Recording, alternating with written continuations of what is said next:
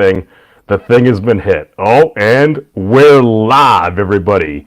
Welcome, everybody, to the Orbs of Destruction. I am your host, Memes of Destruction here, and over here to my right is Orbs Board, aka the Ords of Destruction. How we The doing, Orbs. Ords? Yeah, I know Orbs. It's funny. I'm good, man. I'm good. It's funny because that whole thing started with Drunk 3PO, where he has a hard time like pronouncing people's names.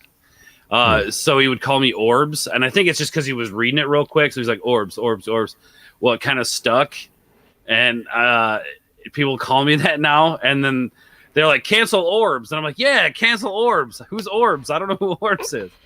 But it's funny, so it's like a running gag. So I'm cool with it. Thank you for having me, Memes. This is awesome, dude. I'm glad we could get up on this, man. No, no, no. This is just beardage of destiny right here. Yeah, we were meant to bristle. Do you know what bristling is? Oh, When I, two I men when two men rub beards, man. oh, is that kind of like crossing the streams in Ghostbusters? Is very much like crossing the streams in Ghostbusters. Very Oh. much. Oh, see, look, you got what an ass, what a bitch, what a cuck. Already trying to cancel Orbs. Ooh, well, he seems to be a very wise individual right over there. So Yes, we are cut from the same cloth, gaming and yelling. Just so you know. oh, and I popped up and I'm talking in my ear. Welcome, gaming. How you doing, brother? Welcome one, welcome all to whatever debauchery we're getting into right now. Who knows which direction we'll go? Anything can happen because this is the Internet of Stuff and Things. So, Orbs, did you have any particular topics you would like to touch on? No, I mean nothing really in particular, I suppose. But I just gotta say, man, I loved your end reel or your the highlights, the last year highlights of Memes of Destruction. That was brilliant, dude. Like how you put that together and how you got everyone say like it is just so fun to say Memes of Destruction. I have to say, like it rolls off the tongue so nicely. Well, it happens when you're looking under different, perhaps pseudonyms and everything. You go through and, well, I always would say, yeah, the memes of production was taken in all of its relevant forms. The memes of destruction was not, and it also happens to I was using initially at the time the Blue Eyes White Dragon avatar there, just because even on the card itself, the description is the ultimate engine of destruction, and as a wise destroyer once said, sometimes before creation, there must be destruction. That's right, but you got to make room for all that new shit, you know. That's the thing. You work with what you got and everything. It happened to work at the time. I just kind of stuck with it, and yes, this is my most current form of being on YouTube. Even though I was back before even Google bought it, and I still remember getting that old partner program account from back in the day, where it's like, Oh "Hi, wow. please join us." And I just never did it because I had done the whole corporate gig thing because that was what I was told to do. You're supposed to be a good boy, go to school, do the whole college thing, and then you're looking back, you're like, "Oh." Well, maybe that was a mistake, but hey, we're here. Doesn't matter. Yeah, that's interesting to know. I didn't know all of that. That's pretty cool. So you've been around for a long time, my friend. I mean, it depends on how deep you want to get on the lore and everything. And then I, like many people, just kind of. I didn't even really have a YouTube account just because I'm like, oh, anything I want to watch, I can basically just kind of just search for it and everything. And then it got to the point where I happened to enjoy talking politics, and I essentially got done. I got tired of just screaming at the television by myself, so I wanted to interact with other people. So I kind of hopped onto this side of YouTube, especially on more of the libertarian and conservative side, because those were folks that I happened to come across, and I started talking with them. And then being a more liberal individual myself, I got screamed at for a couple of years, but.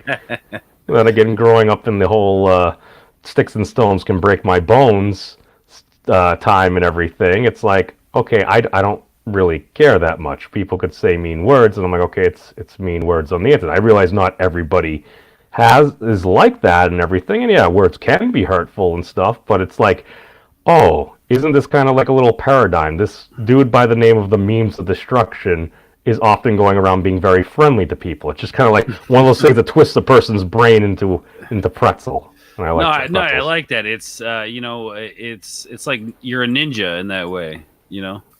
Like Mm. you come with this name where people think that like, oh shit, this guy's gonna drop some heat, man, and here you are with that beautiful smile, that beautiful beard, and all of your grace, and they're just like, wait, What just happened here? That's memes of destruction for you. Yeah, no, it's. I mean, I like things that just kind of make people go, I like as that.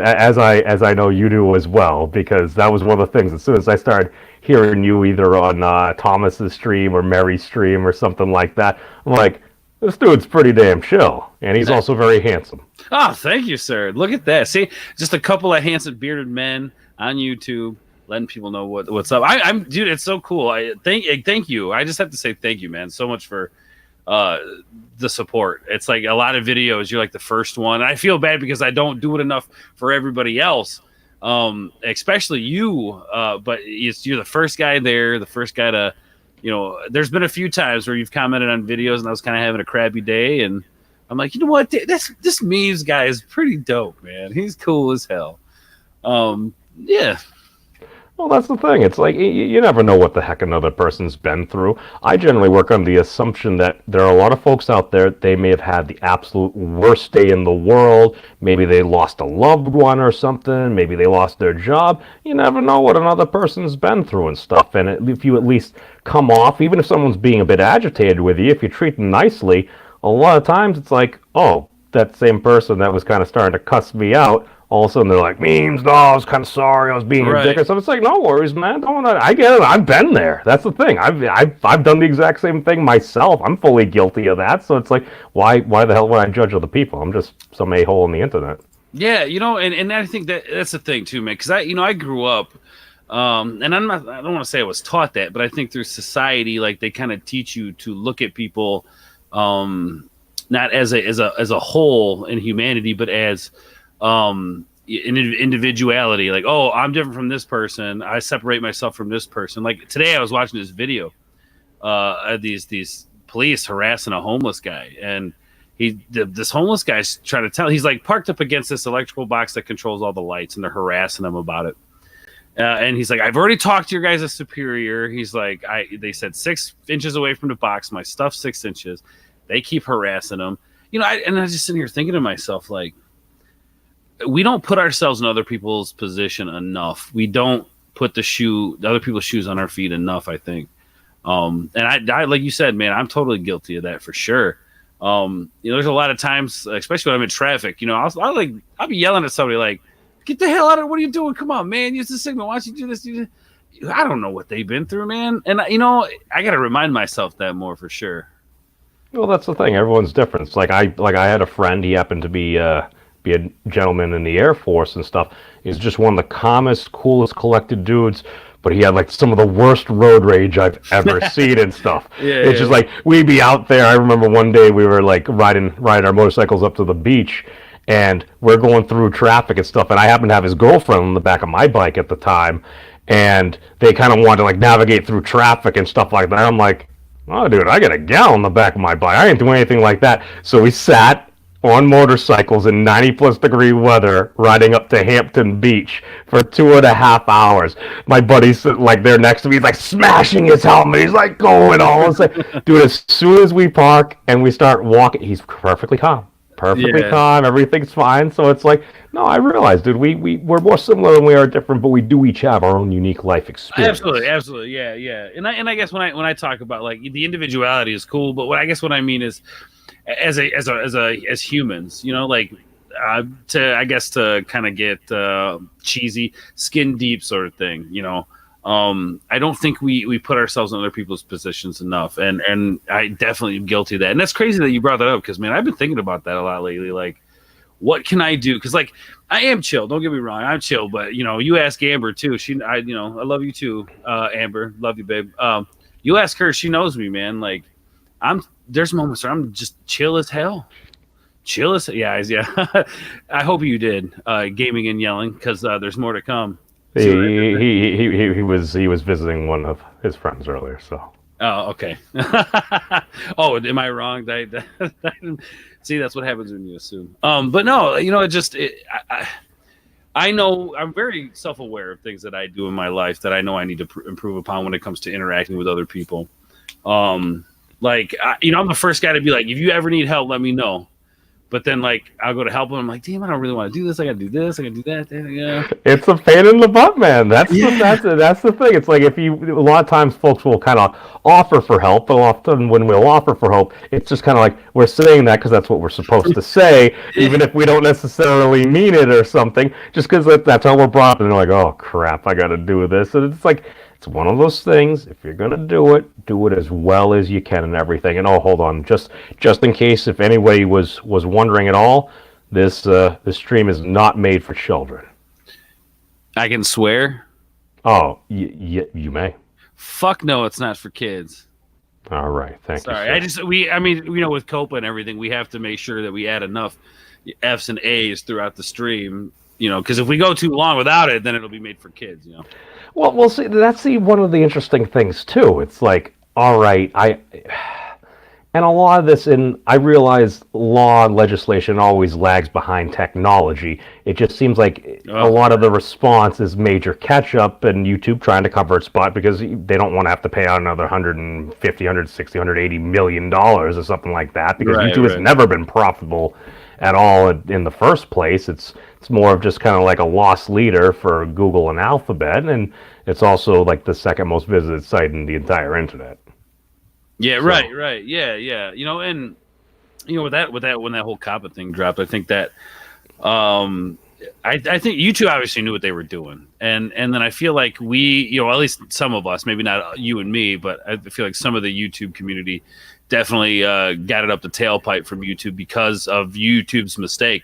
I mean, you got to remember, we're just content creators. We just use the service that's available. We don't know the legalities of it. We don't know. I mean, they say here's a button to upload. We say okay, hell yeah, thanks. You know, and maybe, you know, I'm sure the bigger channels and stuff will, you know, they'll have a lawyer to talk to them and walk them through all that stuff. But it's like, you know, like, especially with me, like a little channel, man, like I'm not thinking about that stuff, dude. I'm just trying to put out content and have a good time, you know. And luckily I can be in that vein where I don't have to worry about it, you know, because I do love toys, and if I could do a toy channel, it'd be great, man. But you know, with Copa now, it's like I came across the toy video today about, it was like, I think it's called the Jurassic Collectibles, and I used to go there all the time and comment and talk, you know, hey, this is a really cool toy, you know, my buddy's kid who loves Jurassic Park got that toy, you know, just, you know how you know interacting with these people, and now you can't because he's gotten his comments are disabled because he's essentially a kids channel now, which is depressing. Well,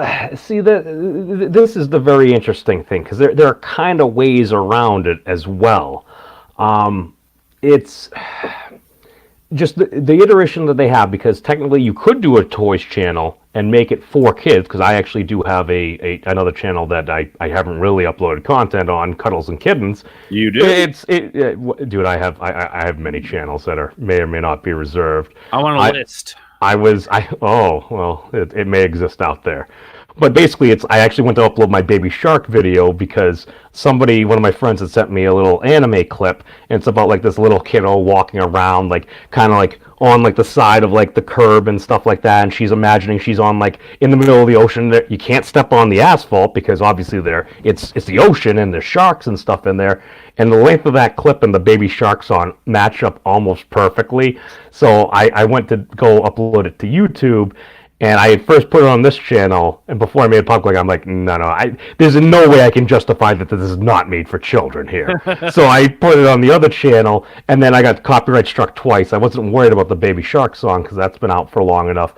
But then the anime clip, I'm like, I'm only finding it on Crunchyroll, and it's been out for less than 6 months. So I did not feel confident, so I just tossed it on BitChute. Yeah, I got you. That makes sense. Do you ever try to fight those copyrights? Oh, yeah. No, I win often. It's maybe it's just because I grew up with my dad. He actually worked as an attorney for like 50 years. Oh shit, okay. But he would speak abstractly about things to me, like different case law. The way I look at it is, okay, how long has the content been out? How much am I using? It's kind of like if you were to use, like, one of my friends who was actually post-law school, she said, the unwritten rule is essentially 15 seconds. Now, that would also depend on the 15 seconds you're using. Like, let's say The Empire Strikes Back had just come out. If you were to use the 15-second clip where Vader's essentially, spoiler alert, telling Luke that he is his father and stuff, that's a major spoiler and stuff. So like when you look at it on the news, like I base a lot of my stuff on what I've seen on television over the years, because like many kids, television helped raise me. And like when you're seeing like what do they actually show? Do they show that actual scene when the movie comes out? No, they're showing basically TIE fighters and stuff like that. But when they're showing it, they'll give proper attribution. They'll say like this is from like Lucasfilms, as well as be talking over it. So they're providing commentary for fair use, because you can argue fair use for a lot of things. Oh yeah. And like usually for me, if I'm using something, basically if I can go out there, if it's been out for at least a year or so, and I can find it all over YouTube, and it's not all from just like Crunchyroll or whoever the originator of it is, I'm not too worried. Like I usually have to challenge that for like my anime music videos and stuff. So what I'll do is a lot of times I like to redub with a particular song. So I'll usually buy the song from the artist. So at least if anyone asks, it's like, no, I bought this. I paid the buck for the song because that seems perfectly reasonable to me. Right. So I can put in some videos I like. And then if the clip's been out for about a year or two and it's a couple of minutes, okay, I'll fully use that. You'll probably flag it, then I'll just challenge it. And the thing is, you got to realize a lot of these companies, they also don't want to have to go through a lawsuit and stuff. Right. So if I can find multiple versions of similar things there, I'll usually challenge it, and ultimately usually comes down to like, oh, they'll just get the ad revenue, which I'm not even monetized, so I'm fine with that, because technically that might even help my channel, because if there are ads running on something, I tend to think they're more likely to recommend that. I don't have evidence, but that's what I've kind of heard. Well, I mean, from a like a financial standpoint, that would make sense. That like, why would you? Yeah, you'd want these people not to fight the copyright strike, or at least you would, because it's like a mutual relationship. It's beneficial to both. They're getting their ads out there and making their money. You're getting traffic to your channel, man.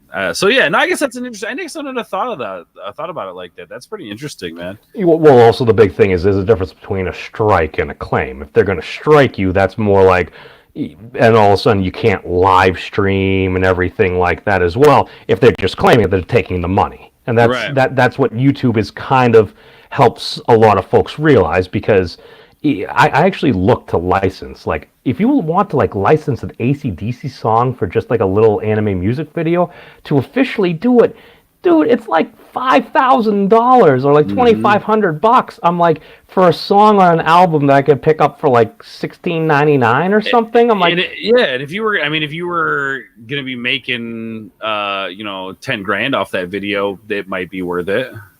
Well, right. Well, that's we ran into this with like the Star Wars fan films and stuff like that.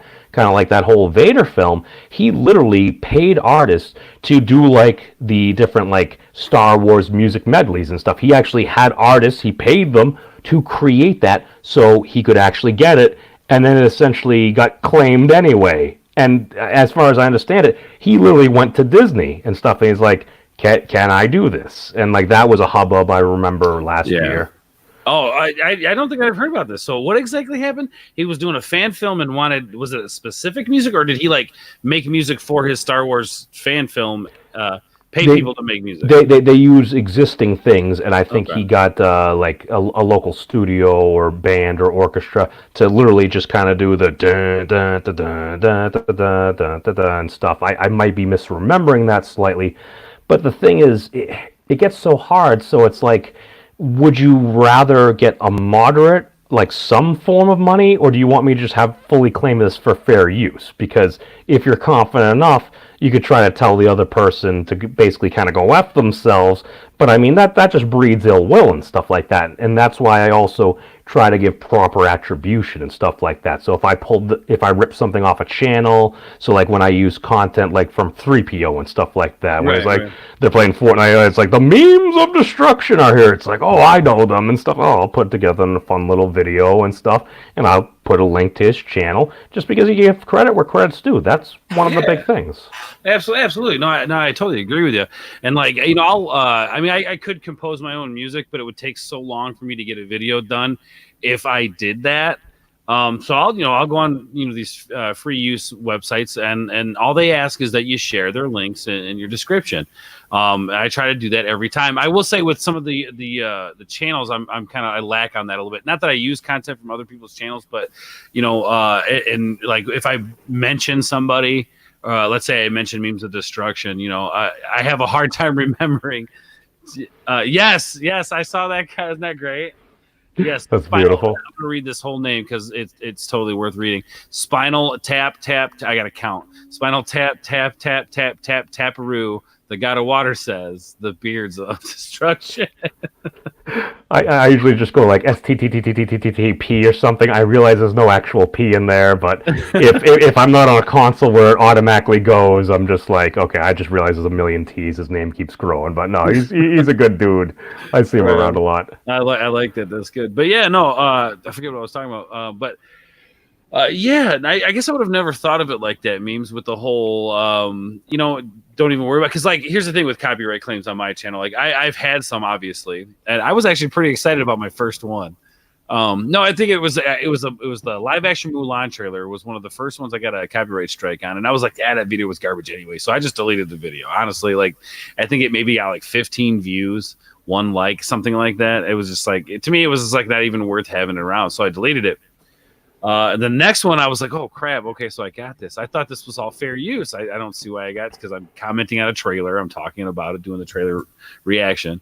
Well, I was like, I'm going to fight it, and ever since then, every single one that I get, I will challenge. Now, there's 2, and I thought this was kind of interesting. There's 2 that I did not win, and they both have to do with Jay and Silent Bob reboot movie. And I think they're 2 different companies. Basically, I was like commentating. I was doing a review of the movie because Amber V and I went and saw it together. They were doing like a Fathom event where it was like Tuesday and Thursday. It was like really exclusive shit. I was really excited that I got to go. Didn't even get a movie poster that I was promised. Damn it. But anyway, I digress on that. So I did a review, and I kind of had the trailer going in the background as I was talking about it, as some visuals. Nobody wants to just look at my weird face, just talk about shit that, give them something to look at. So that was their whole deal because there was a little bit of audio that the volume was like down a lot, but you could still barely hear it. And that's why they said, no, we can't do that. But I was like talking about how great their movie was. Well, see, that's the interesting thing. And it's like, a lot of this is kind of changes because, like, if a company's letting something go for a while, and if they're not actively like policing and stuff, everyone's like, oh, well, this is cool, then it must be okay. When you're using fresh material, like it's like a trailer or something like that, what I do find helps is at least about every 15 seconds or so, and that's why I just keep that in the back of my head. I'll usually pause, even if I am actively talking about it, as well as depending on how you size the trailer as well. Basically, because as far as I understand it, the way the algorithm would run is okay, I'll give you an example. Like for the Star Wars, the Clone Wars Season 7 trailer. Okay, like if I just had that as a complete full screen or something like that, even if I'm talking over that, if my tiny little head is just in the corner, every so many seconds they'll be checking for like different markers and different things like that. And if it keeps coming up and it keeps hitting it, that's one of those things, along with if you just have consistently the same audio, because they're going to check the video as well as the audio as well. And for instance, like with that whole Ricky Gervais thing, when he was kind of like eviscerating Hollywood elites and stuff like that. Beautiful. Dude, my video, I was perfectly fine. I had some other friends that kind of like do like the whole political thing, and they'll kind of take the piss and everything. And they're kind of complaining like, oh, I got copyright struck. Oh, there's no free speech or this or that, blah, blah, blah. And I'm sitting there and I watched their video and I'm just looking and I'm like, okay, they're fine. They're going over 15 seconds, but they're mixing in enough stuff until you got to like the last about minute and a half of the video there. And the last minute and a half, Dude Man played about 1 minute and 8 seconds of full, non-broken up audio. And the only visual he broke up is he just had his face kind of like smugly grin for like half a second at a time twice there. So at that point, I'm like, you're really pushing fair use. Now, if he did that in a year after that's been out, it's probably not as big of a deal. Right. The big thing is that was a substantial amount of something that literally came out 24 hours before. Like Right. Right. NBC or whoever it was, they had the clip right on their YouTube page, ends up getting like about 10 million or so views within a couple of days. So you don't necessarily want to take away. So that's why I'd link it below. What I also did is I would run it through OBS, and I'd have like a little like TV screen there with other things moving around as well. So it's not Yeah. necessarily the full scale. If you want to watch something full scale, then you click the link and then you watch it in its entirely because it's linked below. Gotcha. Whereas if I'm only using maybe like half the size on a TV thing where I'm cutting away after about 15 seconds here or there, I feel more comfortable. So I didn't get a copyright claim on that particular one. I don't believe. Maybe it got claimed and I just didn't really care. But my Right. video stayed up because that was a big thing. I just wanted to put together some entertaining content for some folks. Yeah, for sure, for sure. Yeah, and like I said, the way you were looking at it is kind of got me thinking like there's a way you could use that to your benefit, the copyright strikes. And the way how I do it with the like trailer reactions and stuff is kind of how you were talking about. It is full screen, but I'm not like down. I'm not little down the middle.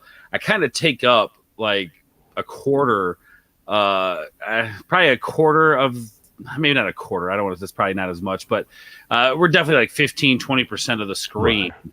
And I don't know if that's a lot or, but maybe that is one reason why I'm getting the copyright strikes. I've been able to like get rid of most of them. They go over and they're okay, cool. No big deal. I think, because how I used to do it was like I would do a backdrop, whatever subject I was talking about, I'd do a cool backdrop on the video that pertaining to the subject, and then I'd have my box down in the bottom corner, and then I'd have a smaller or a bigger box with like the trailer or something going on there, and I never had any issues doing that. So I wonder if that has something to do with it. You were saying how much screen you take up with what it is you're commentating on, how long you're commentating on it. And I always do my best to try to talk through like my first initial reaction of the trailer. I do my best to try to make sure I'm being vocal about my feelings through the entire thing. And that the volume is actually on the trailer is down lower than my voice. So I'm talking over the trailer. And I had some pretty good results with that so far. So maybe I'll go back to doing that with the backdrop and the smaller screens. I mean, there are a number of ways, and then there are other folks that they'll just kind of try to like fool the bot or something like that. And sure, Yeah. you can do that, but if somebody still manually claims you, they're going to manually claim you. So I try to keep about that 15-second rule. So if I'm watching, I'll usually kind of be talking or making a weird energized sound or something like that, because when I'm watching, I'm like, I hear Darth Maul's voice, I'm like, oh, I think we know who that is, and I'm getting excited. And as soon as it cuts to Maul's face there, I kind of pause. I look directly at the camera. It's like, oh, it's going down. Because at least what I learned from like the political commentary communities is, especially if you're watching a show, especially if it's from like the BBC or something like that, those folks really, they do a lot of policing of their stuff. You do not want to go more than 15 seconds without pausing the video, giving additional commentary, even if you're talking over it as you're going. It just makes it a lot easier. So one, you won't get hit by the bot, and two, if somebody tries to manually claim you, your case is a heck of a lot better if you have to appeal. Yeah. So do you think that time, like that 15-minute window, do you think that time is more important than the what's going on the screen? That's a difficult answer, and fair use is something that you really can't pin down. It ultimately comes down to, if you're appealing it, it's a multi-factor approach. I think there's like 5 factors or so. So one, what are you doing it for? Is it educational? Are you doing it for commentary? 2, are you making cash off of it? 2. So if you're monetized, you're making cash off of it. Now it goes from, you're not necessarily earning something rather than maybe street cred, but you're actually physically getting cash, which may take away from the original work. Because the way I kind of saw that was, okay, if you have a novel, and then basically you just kind of sum up an entire novel and you're given the main points and you're getting cash for it, you're a little less likely. Right. As well as, yes, the substantialness, of it as well. So basically, like if somebody goes, if so let's say you're doing your trailer reaction and you're literally just there watching the trailer, and you go like, ooh, ah, every so many seconds, it's like, what are you really adding to it? Because if you, because that's the thing, it's like you are transforming it. Like what you're doing actually transforms it. So like when I rip like a 3 minute clip from Dragon Ball Z, what am I actually doing for it?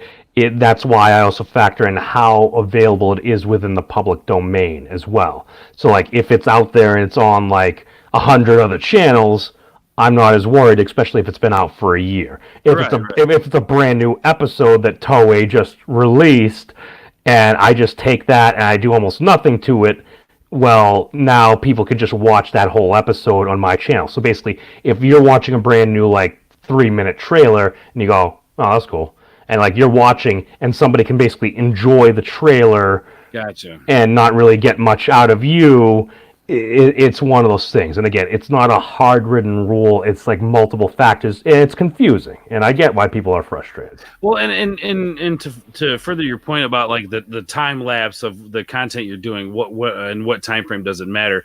Videos and topics have a shelf life, especially with the internet and social media.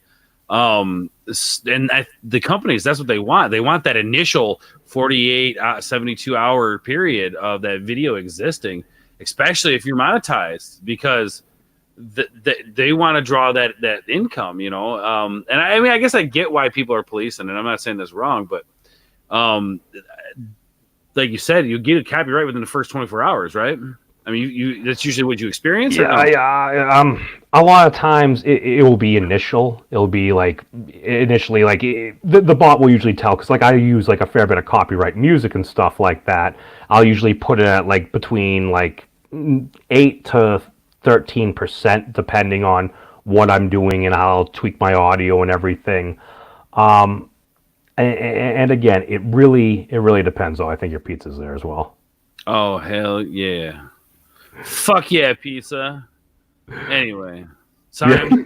I'm just like listening to you, like, oh my god, I love that. He's amazing. No. Actually, no. You actually given me some information here, just because it's like a lot of times I'll talk about news topics and stuff, but I mean, there's thousands of dudes talking about news topics, and especially YouTube, for a multitude of reasons, is primarily promoting authoritative content. I understand that because I've been on the internet long enough to realize you shouldn't believe everything you see on the internet. Absolutely. And you know, and that's funny too, because like I think a lot of people are still in that old mentality. I mean, you remember when you were younger, I mean, your parents were watching the TV, or your friends' parents were watching the news, and they were believing a lot of it. Pretty much if it was on the news, you believed it. Well, I mean, it's you don't want to, and I tend to support a lot of more localized news, whether it's a newspaper or a local newscast. Right. I tend to give those generally a bit more weight, because those are the actual folks on the ground living within the community, than I would basically a 24-hour mass panic conflictinator, as Jon Stewart, I think, said. Right. Okay. Yeah, man. I you know, it's just interesting with it. Sorry, I'm distracted by pizza now. It's on my mind. But yeah, so with the copyright strike stuff, I mean, I feel like these companies, they want to hit that first 24 hours because those videos are viable within that first 24 hours. You know, I pretty much do what everybody else does too, on the internet or on YouTube. You know, I pop culture, video game streams seems to be the thing now. But with the news stuff, that's interesting, because I think I've done one news story, and it was a few months ago when they were looking at banning the vaporizers and all of that stuff. Because as a person who vapes himself, I was very into what was going on politically with it. I did a video on that, and I did coverage on a newscast when it was like an interview that they were doing with, I think, the head of some the vapor organization that was leading the charge on getting this flavor banned, is what they call it. They were going to ban flavors, saying that it's advertising to kids. Well, then they were interviewing like 85-year-old women who are like, I started vaping and I like my cherry cake surprise too. You know what I mean? I like my gummy bears. I want my gummy bears. Like, So what ends up, as far as I understand it, they're banning most flavors and stuff because I'm curious because I considered opening up a vaporizer shop at one point, probably like 7 or 8 years ago. I considered, I'm like, oh, if I had the money That would have right been now, I that would have been a do good time to something do it. like that. Because like, dude, when I was pricing it out, it's like, okay, so it's basically it's propylene glycol and vegetable glycerin, and All then food grade medical or food grade stuff. Yeah. yeah, stuff that you can literally get at Walmart. And I looked, and 100-gallon drum of nicotine was like, I think it was like 6 grand, and that's enough to What? literally, dude. It was no. Well, the thing is, like, you only need a drop or two of nicotine in like a 50 milliliter bottle. Too much of it literally is poison. So Yeah. you want to avoid that. But I literally figured that out. I'm like, that literally can mix something like, okay, so a 100-gallon drum, it ends up being like you could literally mix, I think, like almost probably like 100,000 gallons, maybe like almost 500,000 gallons of actual e-juice. That's literally like more than you would ever need, just because the markup you're looking at, it's like, okay, you mix something for literally like maybe $1, you sell it for $20 all day long. Oh yeah. That, along with like the actual starter vapor kits, the starter vapor kit that I bought probably more than one of back in the day for like $60 retail, They used to be dude. expensive. No. You could order, if you ordered, and I think lots of 100 at a time. Alibaba would give you your own custom label and stuff like that for like $12 a pop. Yeah. Yeah. Oh, hey, real quick, I just somebody see who is this Man Array of Hope 23, and I like this idea. Memes of destruction. You live in Mass. Open up a weed store for fuck's sake.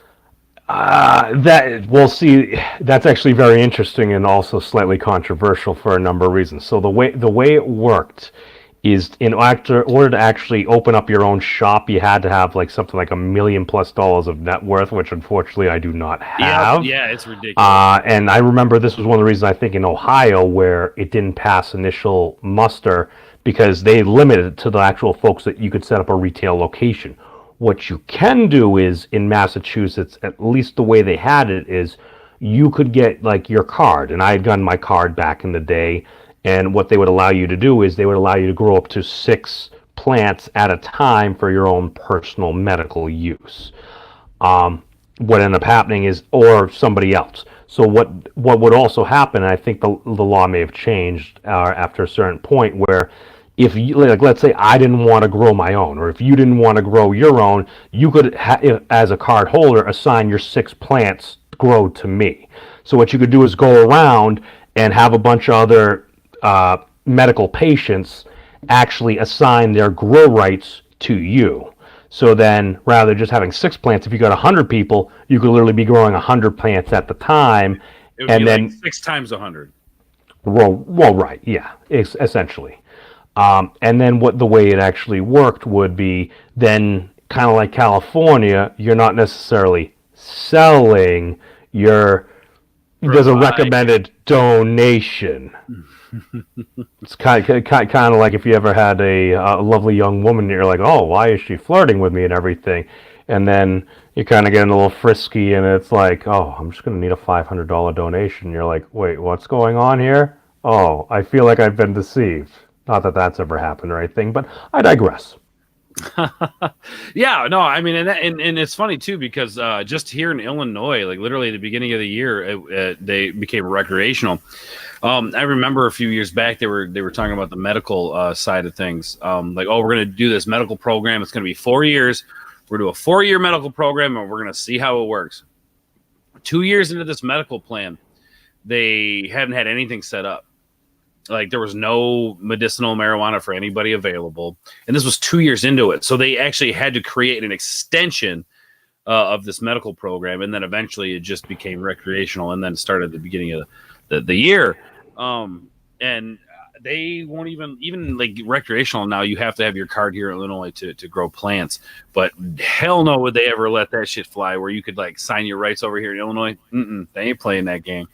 But we should, I mean, I'm totally down with memes. I would totally move to, Massachusetts to grow some weed with you, buddy. That would be, please sign me up. Like that sounds like the life, bro.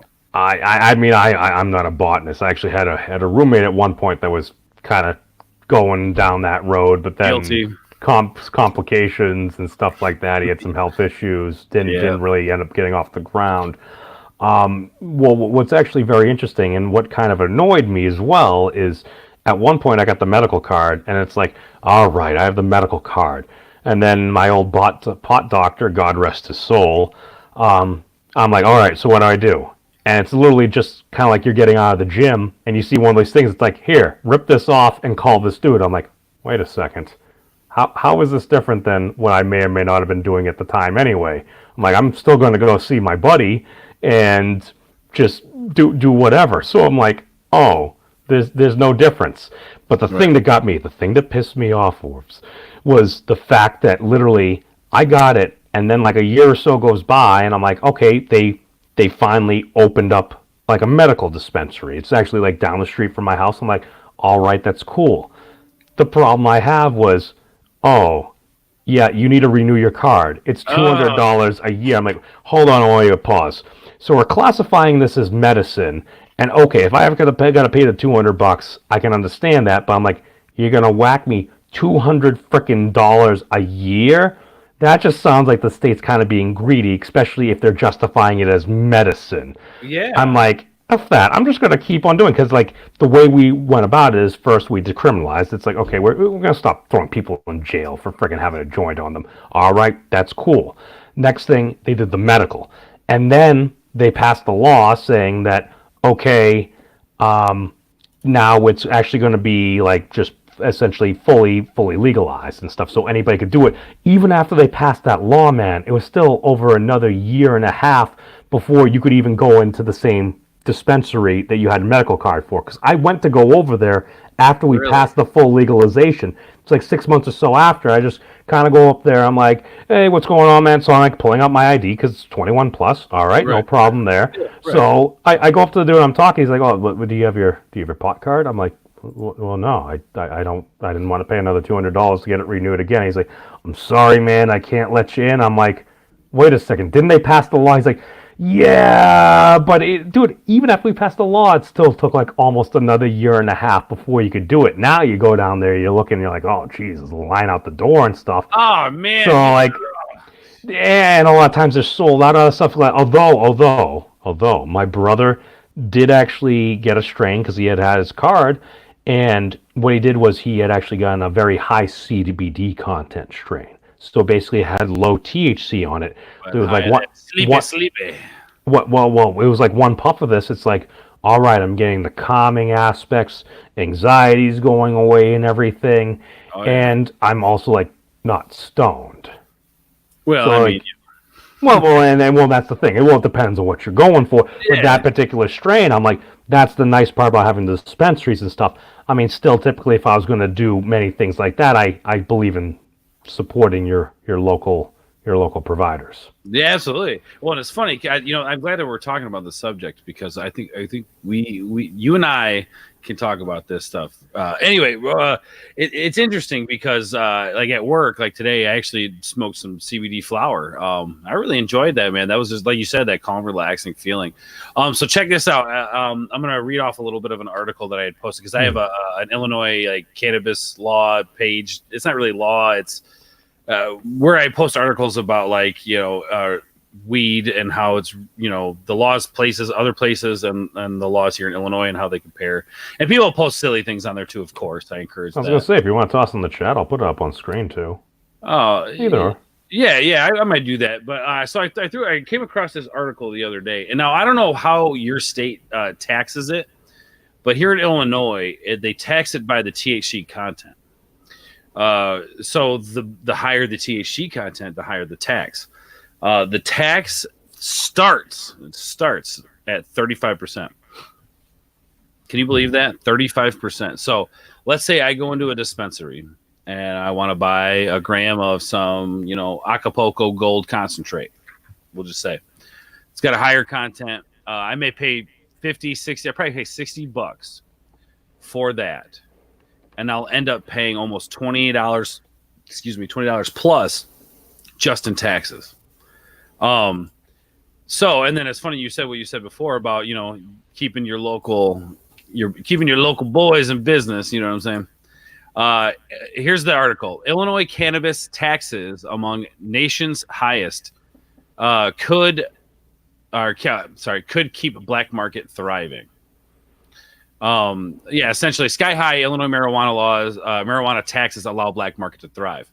So when your taxes are so high, you're still creating a demand for a black market. Now, I had friends drive when they opened up the dispensary, and you talked about the lines. It's on the first, the first. Okay, there was a guy from Wisconsin, first guy in line. He was seventh in line when Colorado legalized. So he's a guy that travels around and goes to these openings and whatnot. So first guy in there. I think I went with Amber last weekend or the weekend before that. So we're 2-3 weeks into it. I pull in a parking lot. There's a guy there who's kind of policing everybody. You go this way, go this way. He asks, hey, what are you here for? I'm like, I was going to stop by the dispensary. He's like, okay, cool. Yeah, parking's over there, and I hear it's about an hour wait. An hour wait? I just want to buy a joint, like one joint. That's I got to wait an hour for one joint. Nah, I'm good. I'll leave. I'll go home. I got shit at the house from the local guy. So. Well, that's the thing. It's like if you make things too complicated, and what'd you say? It starts at 35%, dude. It goes up. It goes The higher the THC content, yeah. So what's happening is now that it's recreationally legal in Illinois, people are okay with going to the guy down the street because as long as, whatever, how long it takes, 10, 15, 20, if you hang out with your guy an hour, however long it takes between going to get it, making that transaction and going back home, you have such a low risk. And if you do get caught, depending on how much you got on you, it's just a ticket. So what you have here is you have people who are essentially drawn to a black market because, yeah, it's legal, but there's no way in hell these people can afford it. Now, there are people who are paying the money, which is beneficial to me because I live in a state where these people are paying these. I mean, gosh, I think in the first few days it was like 5 million and, just in the tax revenue, not products sold.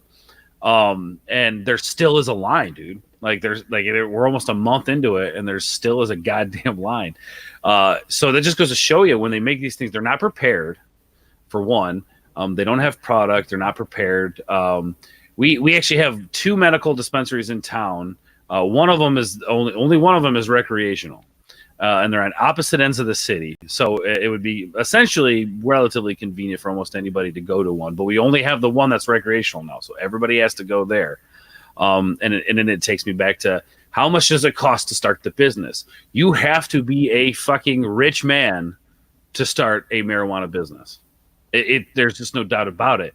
The money, I've looked into it myself, dude. Trust me, the money it takes to start up it's probably easier to start up a grow operation than it would be to actually open up a dispensary.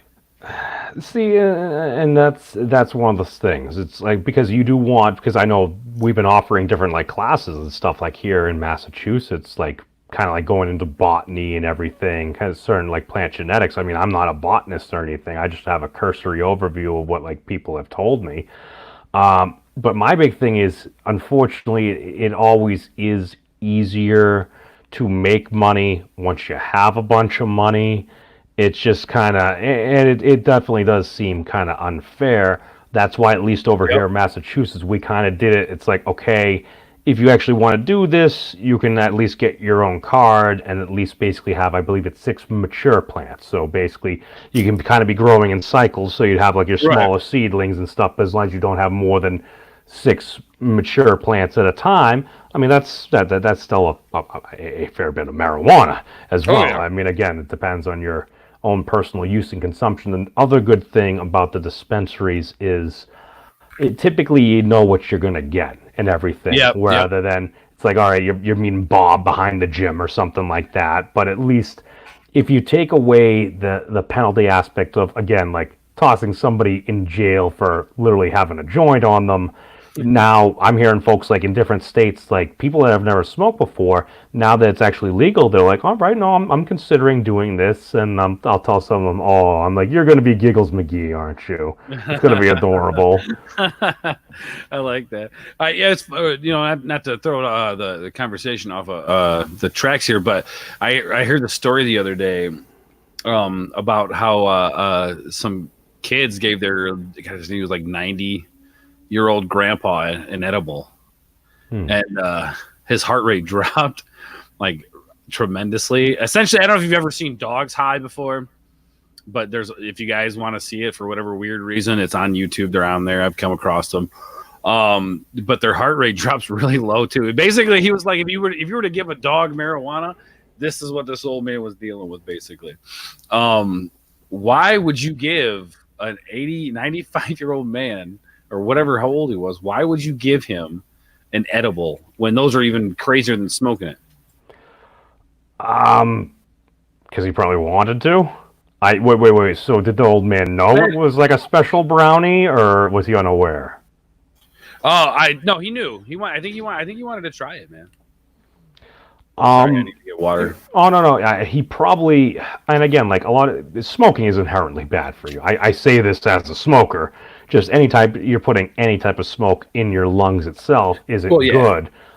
Technically, vaporizing is better, but like you said, if you're actually having it in an edible format, your body's naturally breaking it down, and then the cannabinoids are absorbed by your cannabinoid receptors and everything like that. It's just it's harder to control and harder to gauge. And one of the problems a lot of folks have with edibles, is they'll like eat a brownie and they'll be like, nothing's happening. Right. So then they'll eat another brownie or so. And then that additional 30 or so minutes goes by, they start having the first brownie kick in, give it another 15, 20 minutes, and that extra brownie or two they have, and then, it's usually a bad day for folks that aren't tolerant. You're making me hot. Memes getting me all excited. We're going to take this jacket off. Yikes. Absolutely. And it was funny you'd say something about the thing. Even vaping is not great for you. I mean, you have essentially what the carbon molecules that are burned off These molecules are burned off, turned into carbon molecules. You still get that. It's way less obviously in vaping, but you still get the carbon burn. You still get inhaling carbon in any form is not good for you. Well, right. It's less smoke. It might be the vapor, but even still, you're putting hot air into a place where your body's supposed to be cooling it down and stuff. So you are drying out your lungs and stuff like that. That's why using something more like a tincture or something you could put under your tongue, or actually having something edible, you're not going to be necessarily doing as much destruction per se. Yes, a pun intended. What's up, Thomas? Thomas is up in the chat. Well, we got a very eclectic group of people, and again, hey, thank you everyone for tuning in for the Orbs of Destruction. We had What an Ass with gaming, nerdy, spooky, freaking Amber, and we got Spinal Taparoo, along with Mike, Jimmy Hat, Skeely Chow, Rosetta, freaking Zombie Vincent. Oh, I'm sorry, I missed you, Zombie. Let me hail to the zombie. Hail to the zombie. If they're still around. Zombie Bear Vincent, welcome one and welcome all to the Orbs of Destruction right now. It's the Beards of Destruction. I think we need to make this a regular thing and call it the Beards of Destruction. I'm down. Okay, works for me. I like that because I want to get more. Honestly, like I'd love to get like more into the political talk. Dude, I used to love politics, dude. As an old punk rocker and shit back in the day. I never really considered myself an anarchist because I think anarchy is kind of a ridiculous thought. Like it's an ideal that some people hold. Yeah, no, and I understand why they hold it, but like theoretically, I mean, it's not possible. Not at least the way humans have evolved socially. It's just not possible to have an anarchist society. As much fun as that sounds. Well, I mean, a lot of it comes down to scalability. It's Right. like, all right, you could have 10 friends and stuff like that living out in the woods. It's like, all right, man, you folks, you're going to grow the crops over here. Me and Orbs, we're going to go out. We're going to see if we can hunt for some meat or something like that, or go fishing or Hell yeah. something like that. It's like, all right, maybe you could get away with that for 10 people, kind of like Gilligan's Island style, things like that.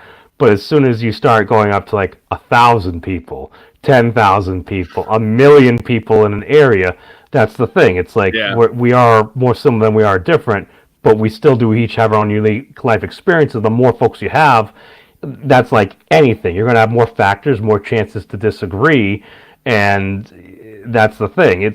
See, I want to make politics kind of cliche, yes, but great again and stuff. Kind of like the old school, like at least Yeah. what we heard about from like ancient Greece or stuff like that. Like senators would be debating and stuff like that, and like the average Joe would ask, "Senator, what do you think about this?" And they'd have all these philosophical discussions, and just kind of get away from the, oh, let's just try to nuke this person's reputation into oblivion, because it's like that might give us a shot of dopamine and everything, but what are we actually accomplishing with that other than just hating each other? Yeah, that's interesting. I feel like what they do nowadays with like help me out here, memes. I'm having a brain fart. Where the Congress and everybody meet, they have those big meetings and a big all day long and shit. The House of Representatives and the That's Senate, it. yeah. That's it. Those motherfuckers. I'm not good on verbiage, but I know this shit. But anyway, those guys, I feel like that, like you comparing that to like ancient Rome, and I like that you brought that up, dude. How essentially almost everybody had a say back then. Like you could, like a normal Joe could go to this, meeting and voice his opinion. Nowadays, I feel like you're right. It's just a mockery. It's like, it's just an excuse for people to yell at each other and try to throw one another under the bus. He did this wrong or he did that wrong. I don't feel like they're really looking at the issues and talking about issues. They're just talking about how this person's bad and this person's bad. And we see that around election time, dude. Yeah, well, the problem is, I'm more of the mind to not hate the player but hate the game.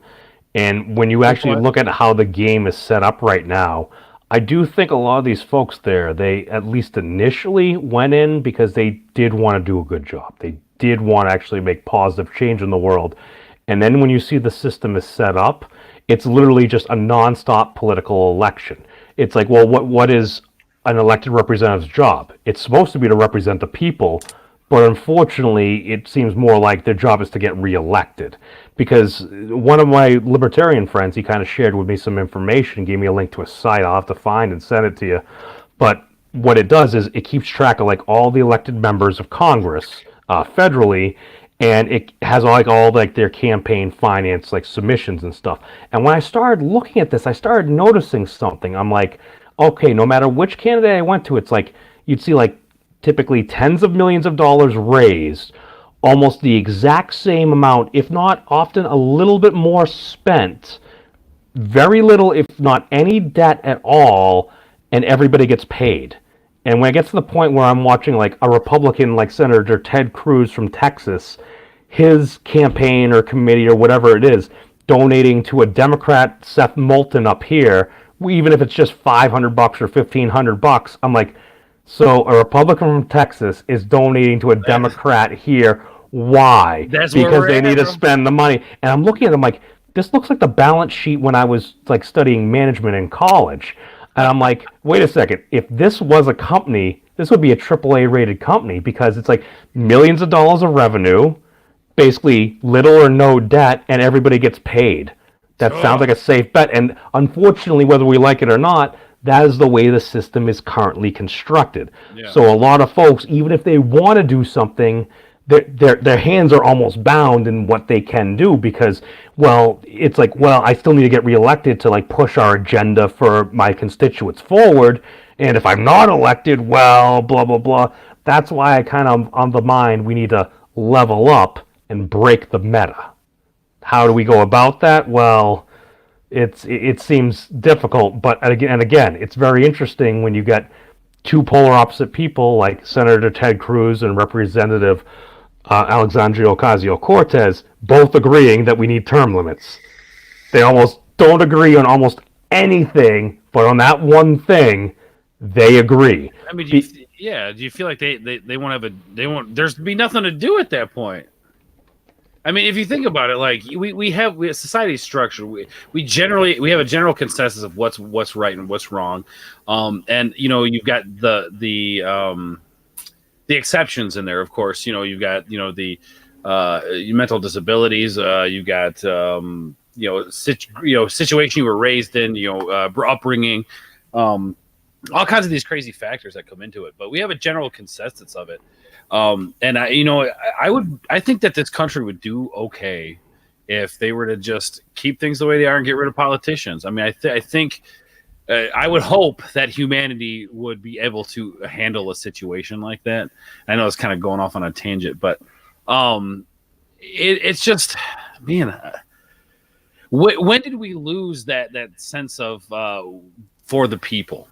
When did we lose that? At what part in history did we lose that for the people? Because it isn't up until recently that you really seen politicians. Yeah, they'll tell you things all they want, but what are you doing to get it done other than smearing this other person to win an election, or asking people for all of this money?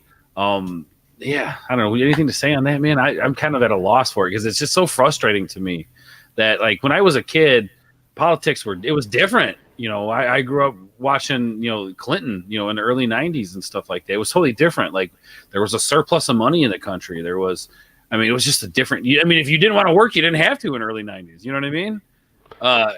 Now it's a totally different ballgame. It's with MC in the chat, hi MC. He would say it's kind of always been the same to extent, but I do remember it wasn't at least this polarized. There wasn't as much hatred. Was there still hatred where people still smeared and stuff like that? Oh, sure. No, absolutely.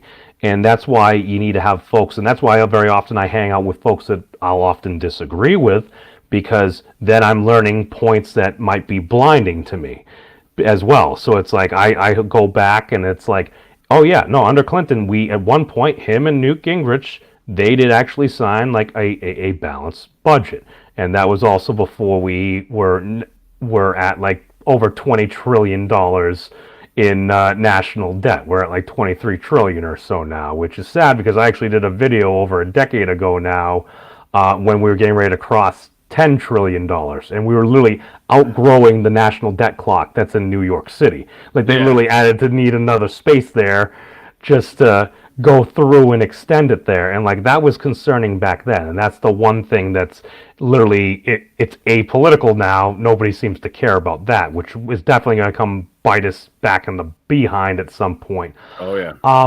At least what my dad told me is at some point, a lot of politicians, they actually lived in Washington with their families, and they'd at least go out to dinner and like associate with different folks. Now Congress has like a 3 or 4 day work week, and they just go back home to their constituents. And if you happen to be a Democrat in a heavily Democratic district, you're probably decently safe. If you're a Republican in a heavy Republican district, you're probably safe.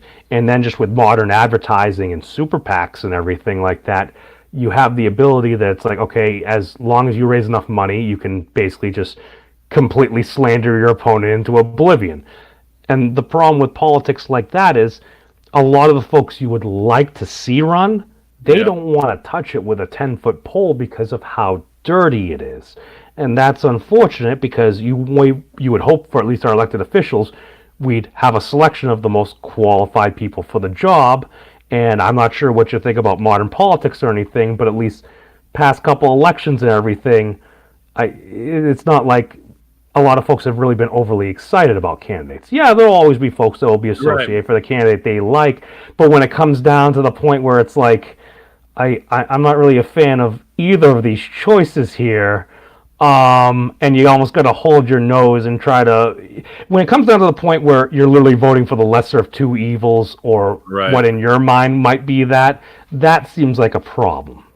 Yeah, no, yeah, it definitely. I remember the day that Barack Obama was elected president. I was working at UPS. I was a supervisor. I remember getting ready for work.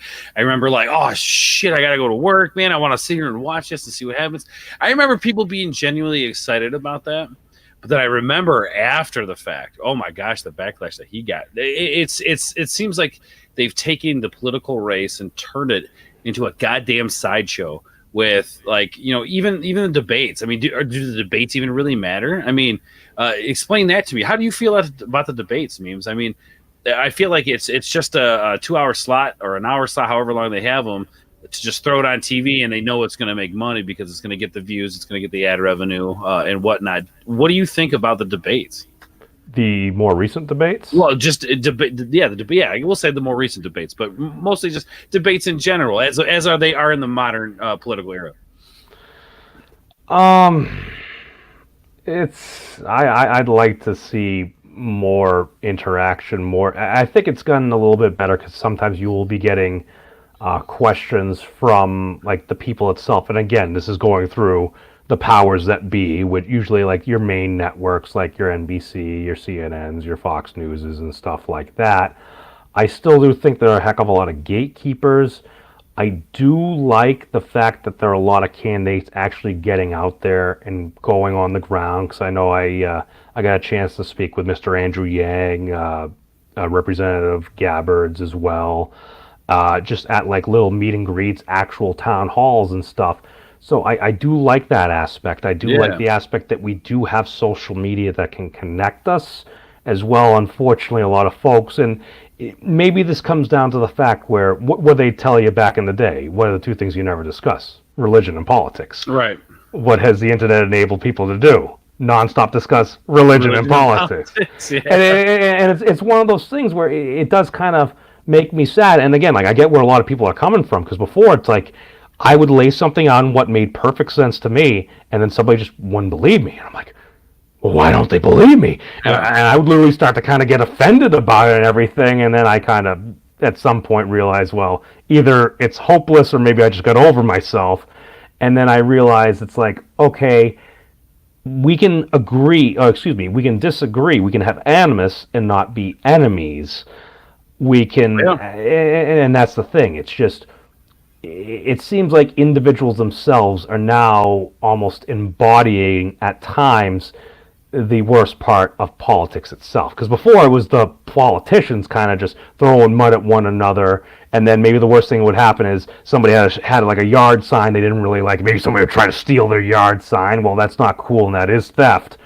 It's like, it's not like you're threatening people and to like actually end them or something like that. Right. Where I'm hearing far too much from folks, again, still typically on the fringes, but basically literally wanting to kill one another. I'm like, wait, because it has happened. It's like Americans are now literally hating, hurting, and killing other Americans over political disagreements. Oh, yeah, you talking about all that stuff that happened when that group of white boys was walking with them, torches and stuff, and then the Tiki Torch Brigade, and then hit her. Yes, I believe it was the next day, and Heather Heyer lost her life. You can argue about how what went down, this and that. I've heard a number of different things, but it's like a person lost their life, and we must also not forget. I had heard a report the other day where somebody who actually supported the president, him and another individual got into a fight, and I believe that individual lost their life as well. So it's like, which person lost? I'm unsure. I think Tim Pool had covered a story about a week or so ago. Well, I guess it doesn't matter who. The point was somebody died out of this ridiculousness. Well, the thing is, it's like, everybody's life matters, and that's the thing. We're starting to view each other. And again, maybe it's like an old school tribal thing or something, but I think a lot of this rhetoric, it does come from the top down.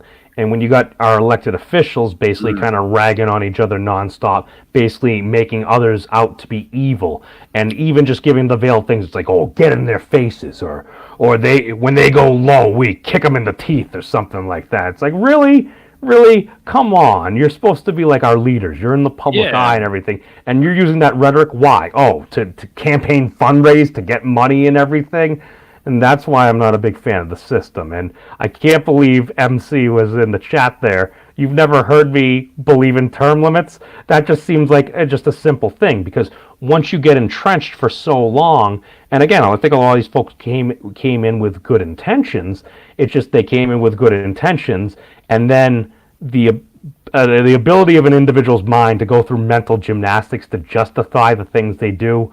I know the hoops I've gone through in the past to try to justify the things that I've done, and then ultimately I just come to the point where it's like, all right, I just got to stop lying to myself and just accept that I'm a terrible human being. Yeah, yeah, right. You know what? And as of late, I've been coming to that conclusion myself. Like, I know that I'm a terrible human being, and I understand that not all my points are valid, and I understand that people don't agree. Real quick before I forget this thought, MC says, "Laugh aloud." You guys are assuming you think there are so many differences today versus 40 years ago. Well, I wouldn't necessarily say that politics are different today, but the tools to politic are different. And I feel like with these tools, internet, like you said earlier, technology has progressed faster than the politics have. So when you have that, yes, it creates differences. It's rearranging things. Yeah, it's totally different. I would say politics are definitely different. I mean, the process might be the same thing. We have the election. We have or we have the run for the election, up to the election. We have the election, then we, have the swearing in, and then we've got 4 years of whoever, wins that. Those processes are the same, but how they've gone about it, I think, has changed. Now, I don't remember, I can't remember early. I was born in 86, or how the elections went back in those days. Like if they were the whole cutthroat, like don't vote for this person. But I don't remember that when I was a kid. What I remember was, hey, this is what I can do for you as a president. Here you go. And then, as you see it shift into, like, don't vote for this person because this is, blah, blah, they're bad because they don't believe what I believe. But me, I can make it happen for you. I want to see somebody who's, hey, I want to work together with all politicians to make it happen for everybody. But anyway, yeah, MC, I get what you're saying. Yeah, politics are the same, but the way they go about it, the tools they have to do it, I think, is what's different. Well, that's the thing, and even Rosetta brought up as well. It's like she's saying just for getting involved in Iowa politics, like she was getting like rape and death threats and stuff like that, and like that's not cool. There, it's like a lot of it does come down to, I think, there's no one simple solution, and that's one of the things that really bothers me is when you do have somebody that comes out there and saying it's like only I can fix this, or just saying all we need to do with this is that. It's like, all right, we're dealing with a country with likely up to probably around 370 or so million people here. When you're trying to deal with like just that many different folks all across the country. And the thing is, like, that's the beautiful part about these United States, man. It's like you can go to like the beaches of Maine and just go wrestle up like some lobster and stuff like that. You can go down to like San Francisco, surf on the beaches and stuff like that. It's like literally from sea to shining sea. It's like depending on where you go in the country, it's like literally going somewhere else in the world. And that's freaking awesome. And I think we kind of lose that, and we also don't accept that, or we forget far too often that's like, okay, the city mouse is different than the country mouse. And so that's why a lot of times when folks are saying, oh, this and that, it's like, okay, well, why are people responding that way? Well, why are folks in cities, why are they trying to like crack down on like the Second Amendment and stuff like that? Because if your only real experience with firearms is that like your cousin got shot, or every time you hear like somebody mention something with a gun or something, it's like, oh, you're just associating that with tragedy. It's like, yeah, that is horrible. But then again, in a city, if there's any type of issue, if you call 911, typically you're going to have at least one or two cruisers by your house, apartment, or whatnot within about 5 minutes or less. Give or take. Yeah. But the thing is, if you're on like middle America, some places in the South, if you only have like one sheriff or deputy that's on at the time, it's like if you have an emergency, if someone's breaking into your home, it's like you're lucky if somebody gets there in 45 minutes.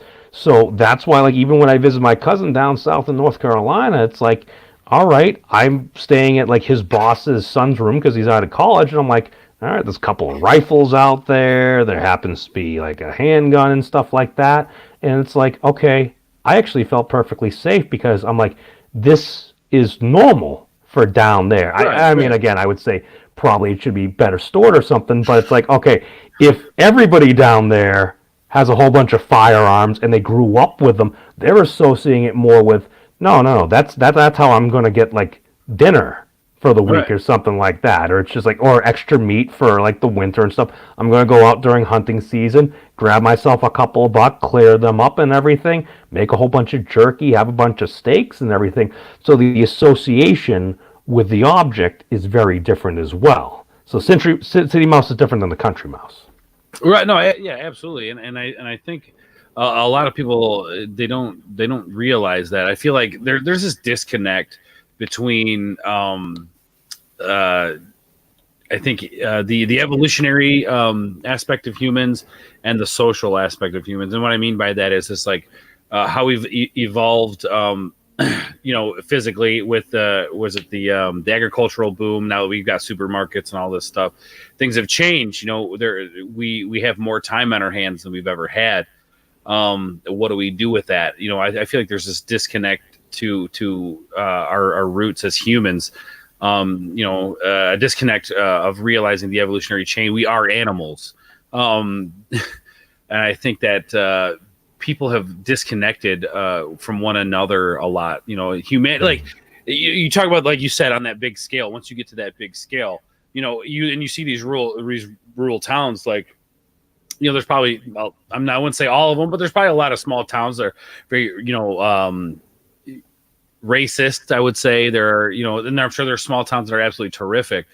But again, it's that disconnect where you've got the people in the city who are going to, like you said, handle things a lot differently than the people out in the country would. But you see the people in the country, whether they're racist or not, I guess I don't know why I made that point, but even though they may be that, you still see a sense of community within them more so than I think you see in the city. So I think in city life, there's this disconnect, where people have lost that sense of that tribal sense of, or, like it takes a village, I guess is probably the best way to put it. Because when I was a kid, and maybe you can relate, we ran in the neighborhood, everybody's parents looked out for everybody. That That's was how the it was. thing. Yeah. No, dude, I still remember having block parties back in the day. I remember before there were leash laws and stuff. That, like, if there was an unfriendly dog in the neighborhood, it's like, all right, you went on the other side of the street and stuff, and you made sure you kind of left it alone, and usually the dog would leave you alone and stuff like Right. that. And I realize that's why I'm more of like, okay, I'm okay with reasonable regulations. We'll argue over what's reasonable, but when it comes to the point where if there's a problem and we just kind of like just overdo something, because anytime you pass any type of bill or legislation, there's always going to be unintended consequences as well. Right. Sometimes for better, unfortunately, it seems all too often for worse because we're not planning on different things. And I think a lot of what you're kind of like laying out right there, man, is we especially in cities, we don't really know our neighbors anymore, Right. stuff Right. like that, because it's like before it's like, all right, this was the so and so's house, this was so and so, oh well, so and so is usually kind of cranky, but like if you give them a Snickers bar or stuff, they're gonna be in a much better mood or Like, we're something not going like over to that. Joey's house because his Yeah. parents are assholes. We're going over to Teddy's house because his mom lets us play Super Nintendo. Oh, exactly, man, exactly. I remember playing. I literally went up the street to go do that at friends' houses and stuff back in the day, and like a lot of it, it's like it does racism exist, yes, but my big issue is when we start going around and just kind of like labeling all of any group or community or trying to hold all of any group or community responsible for the actions of a few. Yep. Like that's not cool and stuff No. like that. So when you start going on, dude, even in the past year, I realized it's like, dude, there's a really big like redneck community and stuff as well. And like I'm talking with some of these folks, and these are good, hardworking folks and stuff Right. like that. And they're literally like, folks are hating on us all the time and everything. I'm like, I didn't even necessarily think. I'm like, that's a community. I'm like, boom. I'm like, it makes sense. I was blinded to that. I didn't even realize that because it's like I grew up in pretty nice. Dude, I'll put it this way. I literally grew up 2 houses down from a fucking castle. I lived in a very affluent part of town and everything. Like my dad was pretty successful attorney and everything. Mom was like a teacher, like a little like genius and stuff like that. It's like Whoa. I realize my life experience is a lot different than other people's experiences I as wish, well. man.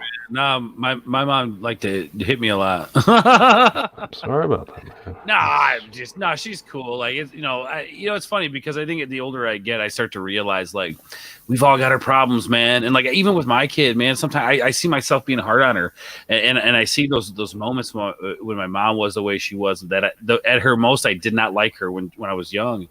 And I again, kind of turning a little bit back to that self reflection that you talked about, learning about yourself and. I think self-reflection is a huge deal, and I think that's another disconnect that people have lost: is the ability to look into themselves and take criticism and criticize themselves. Like, I'm not mad at my mom because all the shit she did, when I was a kid, but I see it as like she's got problems just like I got problems, man. Like I got my issues too, man. I do things that if she would have done when I was a kid, that I probably wouldn't have liked her very much for it. So that's how I rationalize. And I had these conversations with her, and we're good. Everything's good. I love her to death. She's a little crazy, but who isn't when they get up to them ages, But anyway, yeah, get back to that disconnect.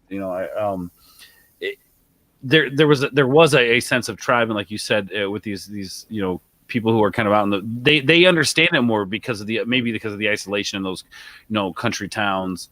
Maybe they don't have to interact with people as much, and maybe that's why they're a little more tolerable of it. That sense of community. But yeah, man, we you're right. We've forgotten our neighbors, dude. We've forgotten, God, I remember I had my neighborhood.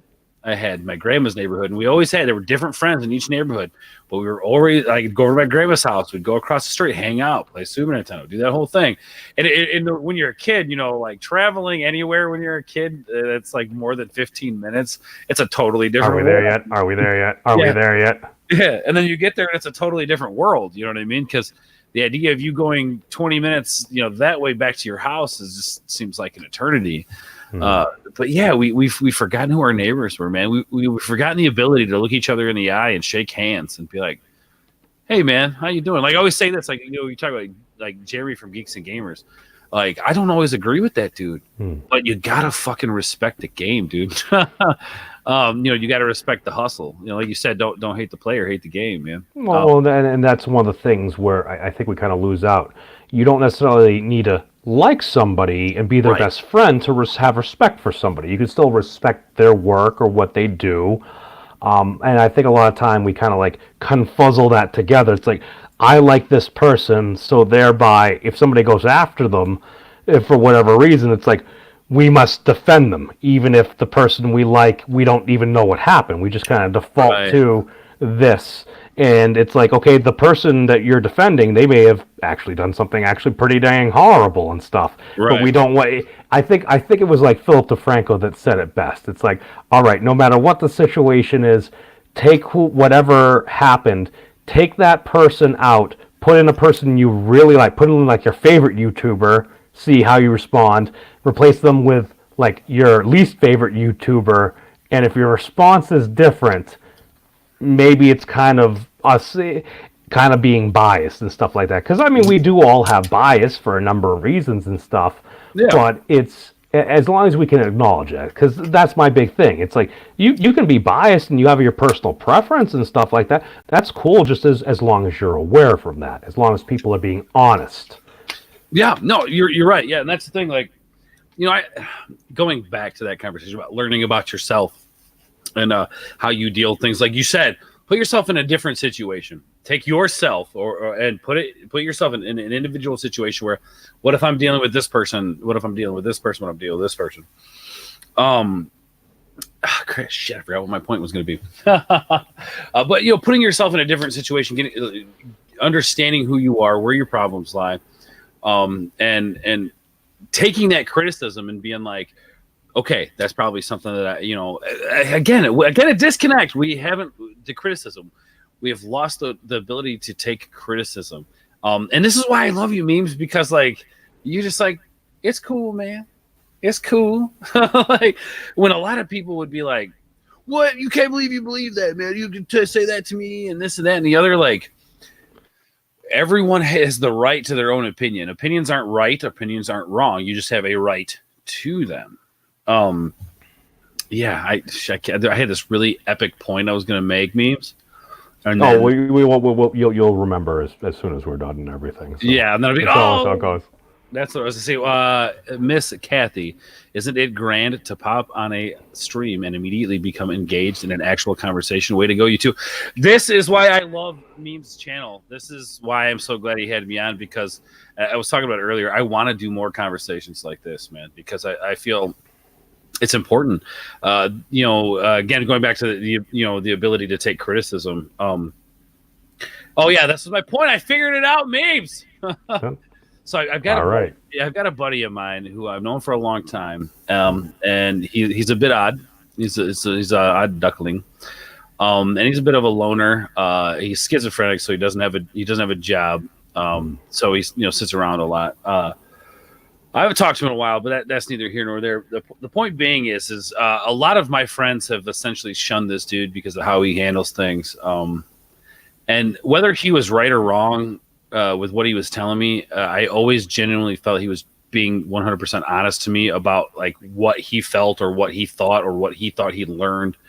Even when I know he was wrong, he's like, no, this is how I feel, or this is what I believe. That's just somebody you gotta respect, man. And even if I don't like you, I'll still have you in my life, man, because you're honest with me. Because that is such a hard commodity, or it's such a precious commodity nowadays, to find somebody who is genuinely open and honest, even if they're being an asshole to you, man.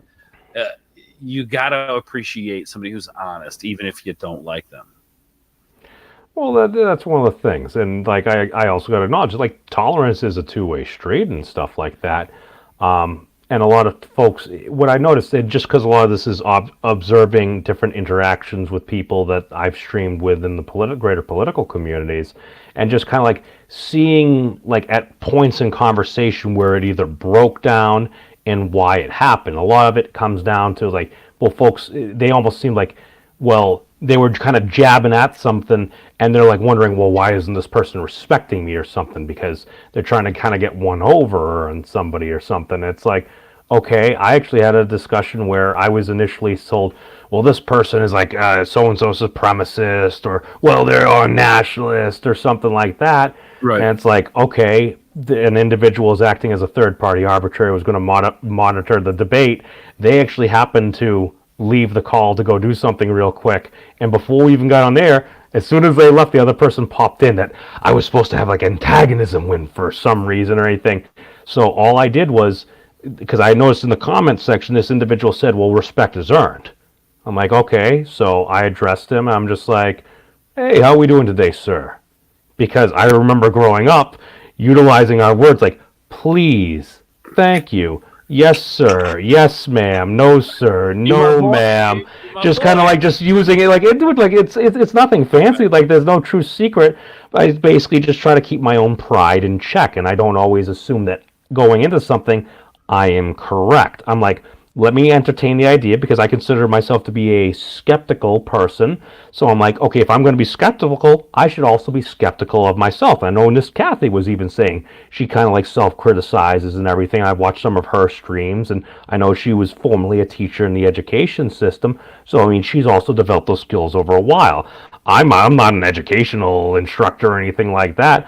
Again, I'm just some a-hole on the internet, but I try to approach somebody with respect, even if they're being hostile to me, because again, it's like we were talking at the beginning, it's like you never know what another person's been through, you never know how another person's day is gone or something like that, what tragedy may have befallen them or something.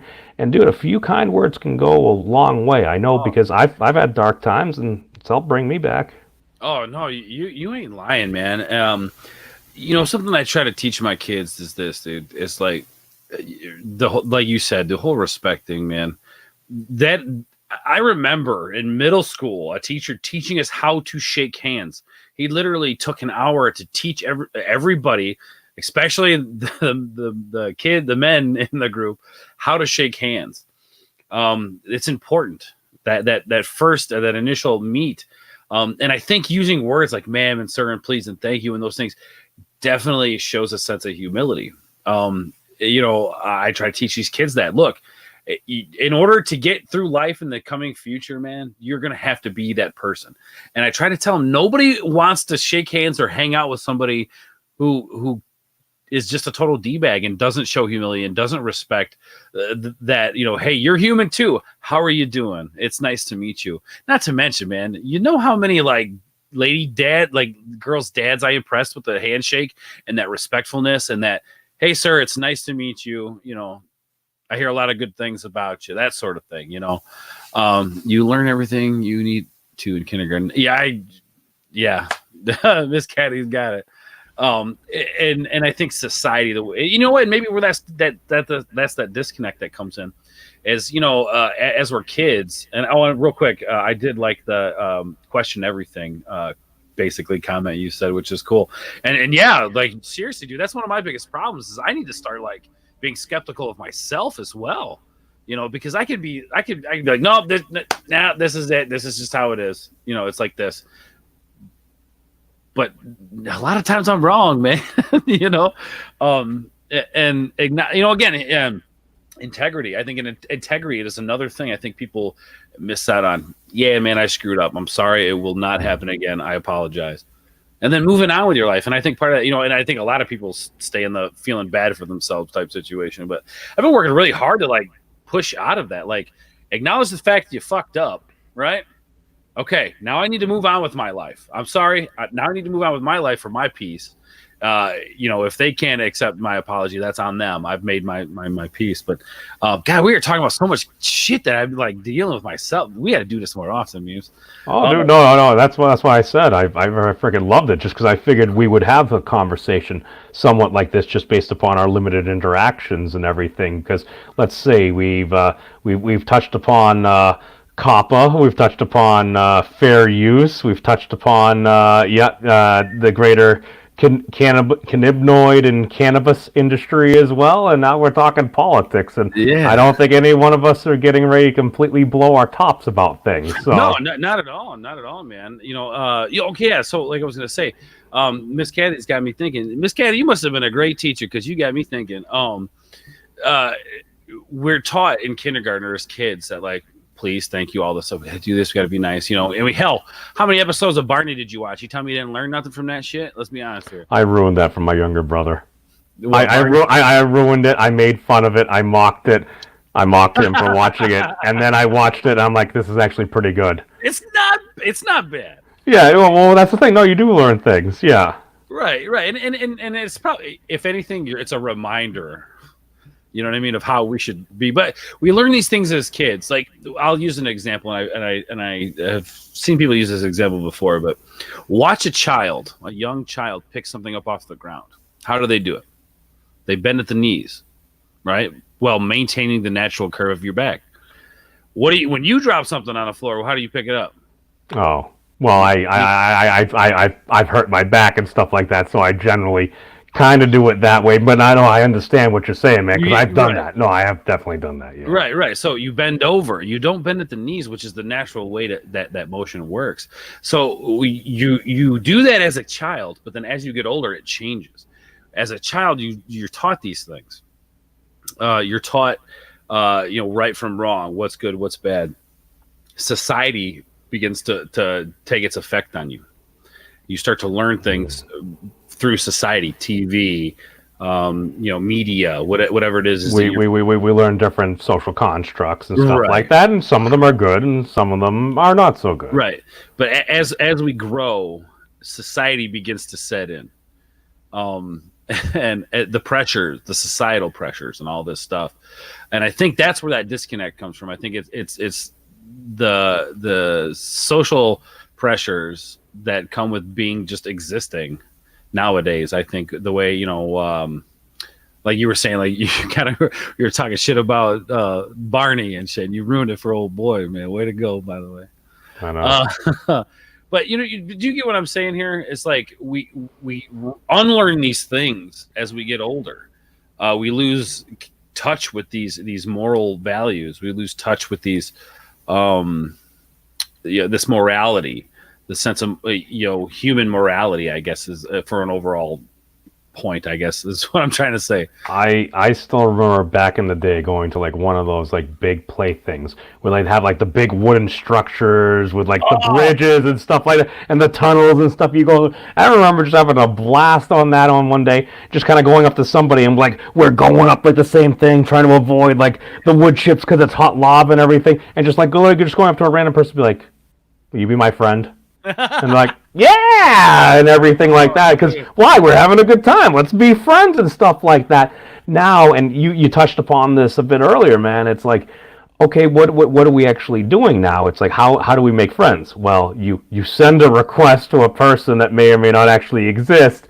They accept it. Yay, we're friends and stuff like that. Yay, go in theory, it's as easy, but it not having that direct contact, because I mean, let's face it, we're human beings. We've developed over thousands of years to communicate face to face, having that eye contact and everything, being able to pick up, and over the past 100 or so years we've developed to primarily focus on audio. And obviously, I mean, 140, 280 characters is more than enough to have a very heated discussion. I mean, I'm being satirical here. Yeah, no, I'm with you, bro. MC says you're forgetting how often and how violent children are and can be. No, look, I got kids, MC, and no, I'm not forgetting. Trust me, I just got done yelling at one kid before I had came on the stream because he was being a little butt to his little brother and his little sister, so I had to handle business. But you know, and it's funny you said the eye contact thing. That's so fucking important, dude. The eye contact thing, that to me, like, when I talk to these kids, I sit them down, I talk to them. You know, I don't hit these kids. Do I yell sometimes? Hell yeah, because sometimes yelling needs to happen. But you know, I sit down, I talk with them, and they try to, like, you know, hide their face. No, look, you need to look at me. This is how you have a conversation. That's how you show respect to another individual. That's how you engage into a conversation, is by looking at that person and by listening to what they're saying and taking it in and thinking about it. And thinking about your response, you know, like as a loud person who like basically talks over everybody, something I know I need to learn is, you know, to be the last person to talk in the room. That shows the kind of person you are. Listen to everybody else and what they got to say. Take it in, then form an opinion. Would you like to hear a terrifying story? Yes. Okay. As long as you're telling it. Yeah. Well, essentially, I'm not giving you a choice in this respect, but and MC, I think we had actually covered this together last year or so, but there's a state assembly, and I want to say it's either in Washington or Oregon State. I don't remember exactly where, but they had passed a new law that the members of the assembly, literally like the state legislature, were not allowed to look at each other in the eye.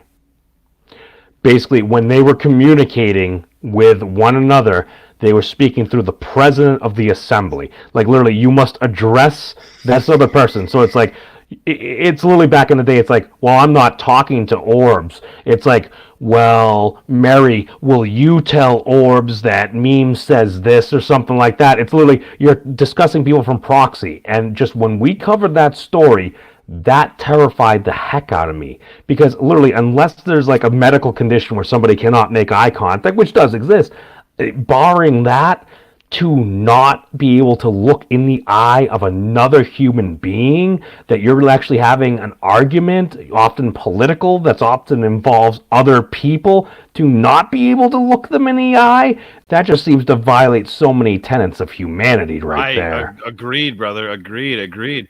That's the thing, man. Like, you can see honesty in people's eyes, man. I mean, they're, you know, I'm not like a religious person by any means, but you know, you can know a lot about a person by looking them in the eye, man.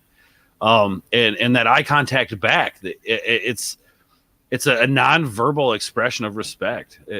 You know what I mean? Yeah, according to MC's recollection, it appears it was to prevent sexual harassment by looking somebody in the eye. Okay, And again, I'm sure there was a reason, and I forget the exact reasons and stuff like that. But is that why you wear the glasses, Mies? oh no, no, it's just because my eyes are my eyes are crazy, man. I'll be darting all over the place and everything like that. It's more like I hear a sound, my eyes just gonna go over. So I guess I technically have like shifty eyes or something like that. Oh, bro, I mean, you got the beautiful browns, baby. Oh, well, they're technically blue, but that's okay. Well, the camera adds some polarity or something. Well, you look good, baby. Yeah, no, I usually just go with the glasses because it adds like 10 cool points in my mind. No, dude, it's no joke. Real quick, just to get off topic here, that day I did the Orbs of Destruction video. I was just so inspired by your spiel. And I think I'm gonna go buy a yellow shirt, and I'm gonna make a shirt that says "Level Down," and that will be the Ords of Destruction. But like you, honestly, dude, like you have inspired me to do some cool shit. So thank you for that, bro. And I love your motif. I love what you do. I love that we're talking about this shit because this is stuff that I think needs to get talked about more often, man. Where there was somebody that were a bearded bastard. I like to be the last person to talk in the room, so that way I can identify the idiots. That's one way to do it for sure. Yeah. Again, assess. Be the last person to talk in the room. You'll be the smartest person in the room. Promise you that. But anyway, back to what we're talking about. Well, one also depends. It's just you don't always need to talk for the sake of talking. I mean, yeah, it can be fun and everything, but sometimes if not saying something can make, when you do say something and you do actually voice your opinion, it can make it that much more powerful. Because before, there'd be times where I would just monopolize the whole conversation just because I can be quite a, as ex-Mrs. Means would say, a chatty Cathy, and just kind of just like monopolize the conversation. But the problem is if you have like a very, at times maybe not necessarily imposing, but maybe a very outgoing personality, if that person draws up all the oxygen, a lot of folks that maybe are more introverted don't necessarily want to or try to interject or something. So I try to like start catching myself and just being like, oh, what do you think, Orbs? Or Thomas, what's going on, man? What's happening? What are your thoughts on this? So you want to try to be inclusive and stuff, because if I'm going to be a bit more of a liberal or a man of the left per se, it's like, okay, I do believe we should be inclusive. And you know what? That even includes people that I disagree with. No, absolutely. And I think that's the hardest thing for me is to accept people who have differences in a conversation. I've gotten much better over the years. And obviously I think we agree that is a struggle for most people is to accept the fact that people think things differently. It's, I guess it's because we've grown up knowing or taught a specific way or a thing. Maybe that's what it is, but it's so difficult for people. And even me, like for reals, it's so difficult for me to step back sometimes and be like, do I really need to be upset by this? Is this person's opinion or how they feel about life really going to affect me? Or am I going to let it affect me and ruin my day? No, I'm just going to give my viewpoint, and you're never going to change anybody's mind. You're never going to do it. They have to see for themselves. The only thing you can do is provide them with the information. What they do with that information is on them. And you have to accept that, you have to accept the fact that, like, I'm not going to change everybody's mind, man. Well, I would push back a little bit on that and saying that people can change. It's just you're not going to force the change upon them. And that's actually something that I actually take away from MC, who I myself, we've had a number of quite heated discussions over the past couple of years over a number of topics and a number of reasons. But it was actually based upon relationship advice, because he was telling me the story that he had. I'm sorry, I'm sharing this, MC. You let me know if it's too much information, because I'm going to share it anyway. But he said, like, when basically him and his wife were basically getting together and everything, they decided to want to get married. He literally just said, "You will not change me." He's like, "I will change, but that's going to be of my own accord," and everything like that. And I think too often we're kind of trying to do what you're kind of laying out there. Like, if you're trying to force your views, your opinions, your beliefs on somebody, it's like, well, people don't take kindly to that and everything. Whereas if you're simply explaining it and everything, and not saying you must believe this in order for me to accept you as another human being. Right. I mean, that sounds. I mean, if I would said that to somebody, I'd just be completely full of myself. Whereas if we're just having a conversation like you and I are here, it's like, okay, I'm probably going to learn something from you. Like I just learned about like that new tax and everything. I hadn't heard a dang thing about that, and I might actually make a video on that covering that, just because you are probably going to promote a black market with like a 35+% tax and everything on that, and you're driving people underground again, which leads to other problems, perhaps things being tainted as well. And the state itself might be losing out on a lot of revenue, whereas if they had it as maybe like a flat 15 or 20%, people would probably be a lot more open to that, and then you'd actually have a thriving taxable industry. So it's kind of, because there's also economics and there's the elasticity of demand and stuff. If you have too much tax, guess what? It doesn't necessarily mean you're going to get more revenue. There's a certain balancing point. Yeah, and I could with that tax stuff. I could be wrong on the numbers, but I know it's at least 30. There was somebody who had posted their receipt online. It was like, check this out. They bought like 3 or 4 things, like 2 grams, and then maybe like some butter or something. I forget what it was. The total was like 120 something. Could have been maybe like 130. Their entire bill was like $220. So they paid like $100 in taxes. I mean, and it's like you said, it's like, especially if somebody doesn't have like that many resources and stuff like that, an extra $100, if they're literally trying to get it as medicine and stuff. I know, like for me, like definitely like helps me sleep and stuff like that, because there was a period in my life where it's like I'm not getting more than like 2, 3, maybe 4 hours if I'm lucky sleep a night, dude. I can kind of get it. And again, I was never Michael Jackson, a major pop star or something, but the sheer fact that he was paying a doctor like $100,000 a month to basically give him like milk of amnesia to try to sleep, because dude, like if you can't sleep, like that can be like torture. Oh, it's the worst, dude. It's the worst. It's terrible. So it's like, that's why I just try to like be accepting of folks and everything. And like, if someone's going to go out there and they're going to take actions that's going to harm another human being, it's like, no, dude, no, you don't do that. You're not violating the NAP. And it's just because I guess somewhere in my mind, how I kind of view the world, it's like a weird mix of being a liberal that believes in progress with some libertarianism, while accepting certain conservative things to prevent like not starting the conversation. It's like, and I'm sure MC will disagree with me, but that's fine. Go on. And I think that right there just explains you in a nutshell. You're coming from multiple viewpoints. It tells me that you look at the multiple viewpoints before making your own opinion on it. Like you come from multiple places, and honestly, man, like I used to back in the day, I would call myself a Republican before like independent was a thing, and before like all these other parties were a thing. That's what I would call myself, because there are some things that the Republicans view, and I'm like, I kind of get behind that. There are some things that the Democrats are like, yeah, I can kind of get behind that too, and I don't think there's anything wrong with that, man. I mean, I think it tells me that you come from multiple angles, from different points of view. Whether you agree or not, you're listening to these people. Yeah. So I think that's great. To me, that tells a lot about you to me. Well, and again, in the grand scale of things, dude, it's like where we are kind of tiny specks upon a tiny speck within a tiny speck within the entire freaking universe.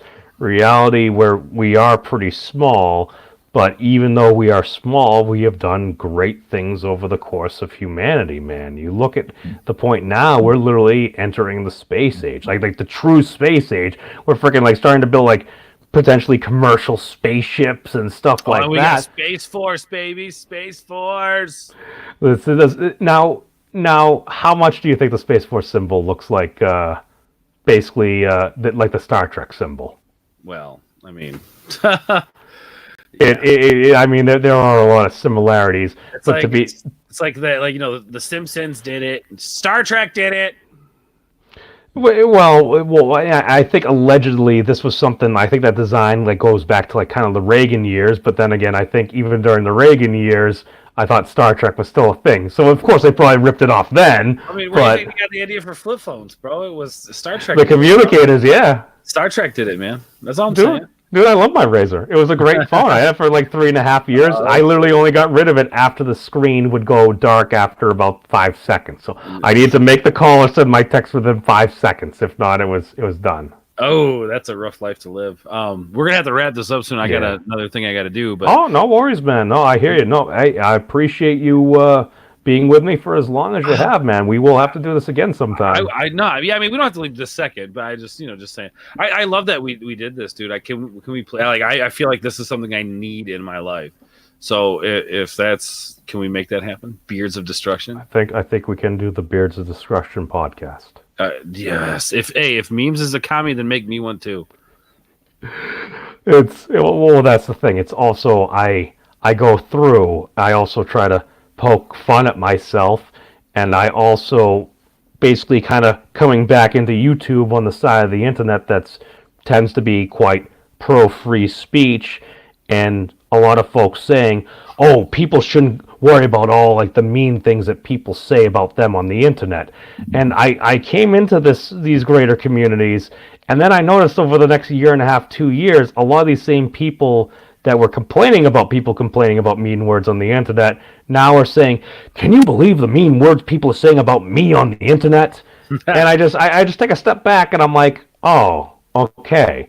So that's one of the reasons why a lot of things on my channel, a vast majority of the content, do I cover some news stories and stuff? Yeah, but I also like clip out different things from live streams and banter I have back and forth with other people that kind of make me look very silly, if you would. Like a lot of folks, they try to like hide things like that. I'm like, here, if you want to go after me, here's an entire channel of me doing silly things. Yeah. Have fun, because it takes away the potential venom, because it's one of those things where if all of a sudden somebody like discovers a deep dark secret or a skeleton in your closet, you're like, I never wanted to get that out, and then all of a sudden it's kind of like putting like blood in the water for sharks. The trolls and stuff like that, like we're having an effect, whereas somebody's like, oh, you did this and that, it's like, yes I did. It's like, oh, people get bored and they move on. Yeah, no, you're right. It's so momentary with that shit. It comes and goes, and that's why, like, I don't necessarily engage with, like, especially on Twitter. I don't engage with like trolls or anything like that. But every now and then I'll see a comment or I'll see something, and I gotta kind of add my little I'm here moment. But you know what? I'm not belligerent with them. I don't go after them. I try to sell my response in a way of like, hey, it's cool, bro. It's cool you think that. You might be wrong, but it's cool. I see it from like stepping back standpoint. Like I see the toxicity and how people, just to get that shot of dopamine, man, you got to get on and get somebody's feathers all riled up, and you're right. If we kind of approach things the way you do, memes, more so, I feel like we wouldn't have that toxicity on social media and things like that. But some people are just so good at like saying the one thing to pull a person in to really, get them going, man. And I feel like a lot of people really thrive off that. And if we just took a step back, do I really need to be mad about this? How can I handle this situation? Can I, laugh about it? Can I, let's just have a good laugh about it, that sort of thing. I feel like if we did more of that, I feel like we'd have less of the toxicity with talking shit on the internet, hating everyone we don't know, basically. Well, I usually take the perspective they hate us because they ain't us.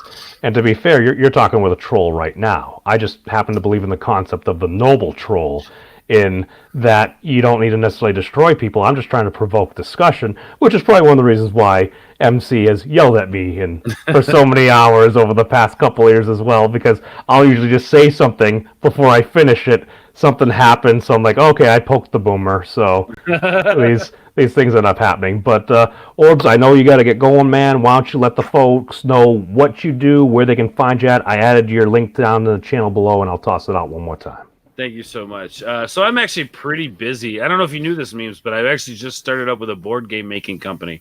I am running their YouTube channel and essentially their social media marketing sort of thing.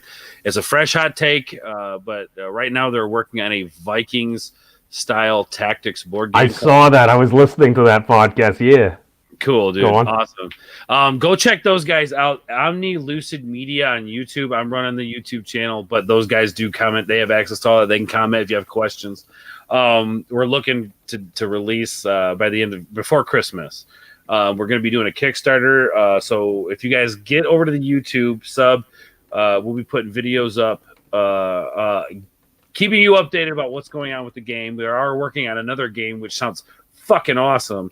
Listen to the name. Raid and Siege. Who doesn't want to play that game, right? Fuck yeah.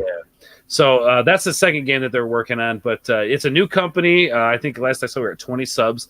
I'd like to hit 100 subs by the end of March.